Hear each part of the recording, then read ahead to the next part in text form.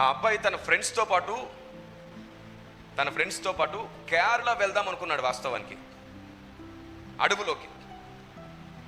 అయితే బైక్ మీదే ప్రయాణం చేస్తూ వెళ్ళాలి, లాంగ్ డ్రైవ్ చేద్దాం అనుకున్నారంట.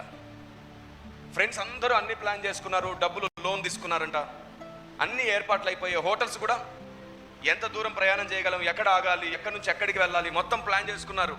డబ్బులన్నీ ముందే అడ్వాన్స్గా హోటల్ బుకింగ్ కూడా చేసుకున్నారు. ఇప్పుడు ఆగమంటే ఆగే పరిస్థితిలో లేరు. సరిగ్గా వీళ్ళు వెళ్ళడానికి ఒక రోజు ముందు వాళ్ళ అమ్మగారు ప్రార్థిస్తుంటే వాళ్ళ అమ్మగారికి భయం వేస్తుందంట, ఆందోళనగా ఉందంట. వాళ్ళ అమ్మగారు అన్నారంట అబ్బాయితో, నానా నువ్వు ప్రయాణం చేస్తానంటున్నావు కానీ ఎందుకో నాకు భయం వేస్తుంది, నీకేదో కీడు జరగబోతుంది, నువ్వు వెళ్ళొద్దురా అని అడిగిందంట. ఇప్పుడు దేవుడు వాళ్ళ అమ్మగారితో ఏం చెప్పించాడు? ప్రమాదం జరగబోతుంది, వెళ్ళకు అని చెప్పించాడంట.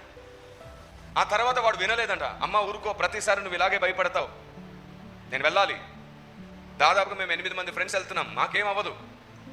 వాళ్ళ నాన్న తర్వాత రోజు బతిమాలాడంట, అరే నాన్న ఈరోజు వెళ్ళిపోబోతున్నావు, నా మాట విని వెళ్ళకరా అని. వినలేదంట. మధ్యాహ్నం భోజనం సమయంకి వాళ్ళ ఇంటికి ప్రార్థన చేసి ఒక అంకుల్ వస్తే ఆయన కూడా అన్నాడంట ప్రార్థన చేసి, ఎందుకో బాబు మీ అమ్మ నాన్న చెప్పింది కరెక్టే, నాకు నువ్వు ప్రార్థన చేస్తుంటే నీ బండి నేల మీద పడిపోయినట్టు కనబడుతుంది అన్నాడంట.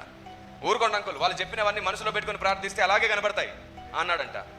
అది అయిపోయిన తర్వాత వాడు బయలుదేరుతుంటే కాబోయే భార్య, ఎంగేజ్మెంట్ అయింది కదా, ఆమె ఫోన్ చేసిందంట, ఇంతమంది చెప్తుంటే వెళ్ళడం అవసరమా, నా మాట విని ఆగొచ్చు కదా, నా కోసం ఆగొచ్చు కదా అంటే పెళ్ళి అవ్వక ముందే గ్రిప్లో పెట్టుకుందాం అనుకుంటున్నావా, బెట్ ఐఫోన్ అన్నాడంట.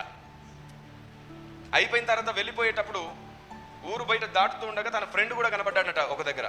ఎక్కడికి వెళ్తున్నావు అని అడిగితే, అరే ఒక్కరోజు ఆగితే నేను వస్తాను కదా అని బతిమాలాడట. లేదు కుదరదు, అన్నీ ఆల్రెడీ ప్రీప్లాన్డ్గా బుక్ అయిపోయాయి, ఆగడం కుదరదని వెళ్ళిపోయాడంట. వెళ్తూ స్పీడ్గా వెళ్ళిపోతూ తర్వాత రోజు తెల్లవారుజామున మంచులో మార్నింగ్ ప్రయాణం ప్రారంభించారంట. ఎందుకంటే మంచు ఉన్నప్పుడు కేరళ అందం చాలా బాగుంటుంది. సో వాళ్ళు ప్రయాణం చేస్తున్నారు, మంచులో ఒక పక్కన లారీ ఆపి ఉందంట, కనబడలేదంట ఈయనకి. స్పీడ్గా వెళ్ళిపోతూ లారీ కిందికి వెళ్ళిపోయాడు. వెనకాల డైరెక్ట్గా తలకు తగలడంతో మెడ విరిగిపోయింది, స్పాట్ డెడ్, అక్కడికక్కడే చనిపోయాడు. ఇప్పుడు చెప్పండి, దేవుడు ఈ అబ్బాయిని కాపాడడానికి ప్రయత్నం చేశాడా చేయలేదా? ఎవరెవరి ద్వారా? తల్లి ద్వారా, తండ్రి ద్వారా, ప్రార్థనాపరుడి ద్వారా, కాబోయే భార్య ద్వారా, చివరికి స్నేహితుడి ద్వారా కూడా చేస్తే వీడే చెప్పిన మాట వినకుండా వెళ్ళిపోయాడు. కాబట్టి దేవుడు కాపాడాలని ప్రయత్నం చేశాడు, మీ అబ్బాయి పోగొట్టుకున్నాడని చెప్పాను. అప్పుడు ఇంకా బాధపడి ఏడిచాడు.